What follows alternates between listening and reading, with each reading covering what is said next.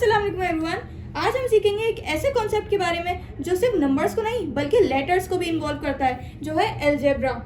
तो इस वीडियो में हम अलजेब्रा की बेसिक डेफिनेशन समझेंगे और जानेंगे कि वेरिएबल्स, कांस्टेंट, लिटरल्स, कोएफिशिएंट और टर्म्स क्या होते हैं। ये सब हम सीखेंगे बिल्कुल सिंपल और इजी वे में। So let's get started without wasting time. Algebra maths की ब्रांच है जिसमें हम नंबर्स के साथ letters like X, Y, Z इन सबको यूज करते हैं और इक्वेशंस या एक्सप्रेशंस भी कह सकते हैं, इनको सॉल्व करते हैं। अब अलजेब्रा के कुछ इंपॉर्टेंट टॉपिक समझते हैं जो इस टॉपिक की फाउंडेशन है। सबसे पहले हम स्टार्ट करेंगे कांस्टेंट से।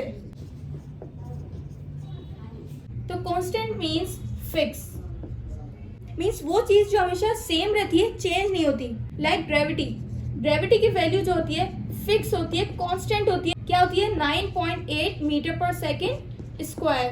तो इसी तरह मैथ्स में जो नंबर्स होते हैं 0, 1, 2, 3 एंड सो ऑन चलते रहते हैं। तो ये जितने भी नंबर्स होते हैं उनको हम कांस्टेंट कहते हैं। तो जब भी मैं कांस्टेंट बोलूं तो आप फौरन समझ जाएगा कि नंबर्स की बात हो रही है। अब वेरिएबल्स बताती हूँ कि वेरिएबल्स क्या होता है। Very means change.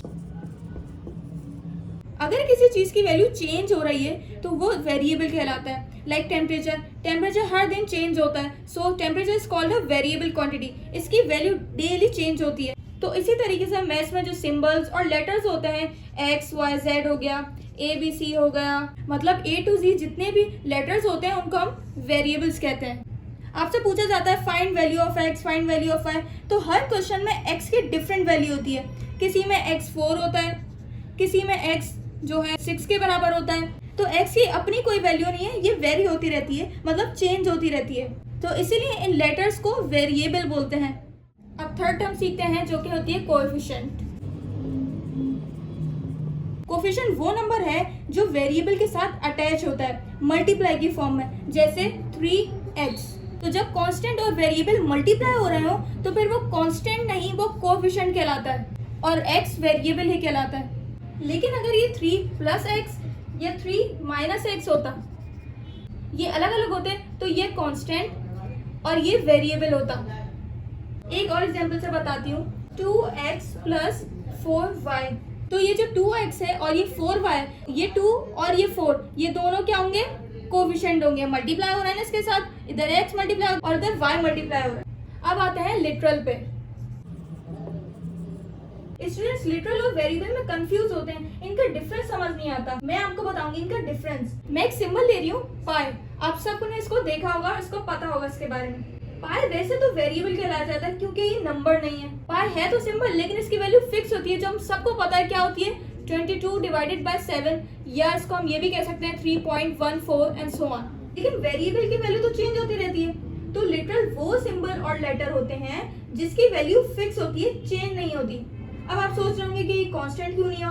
तो कांस्टेंट मैंने आपको बताया था नंबर्स होते हैं जो 0 से स्टार्ट होते हैं और चलते रहते हैं, और लिटरल में लेटर्स होते हैं जिनके नंबर्स सेम रहते हैं। फॉर एग्जांपल एक इक्वेशन है 5x प्लस 2yz, और क्वेश्चन में आपको x की वैल्यू भी गिवन है 2, y की वैल्यू भी गिवन है 1 और z की वैल्यू भी गिवन है 3। अब ये जो x, y, z है ये वेरिएबल्स नहीं, लिटरल्स हैं। क्यों? क्योंकि इस क्वेश्चन में बता दिया है कि x की वैल्यू यही पुट करनी है, y की वैल्यू भी यही पुट करनी है और z की वैल्यू भी यही पुट करनी है, मतलब फिक्स है।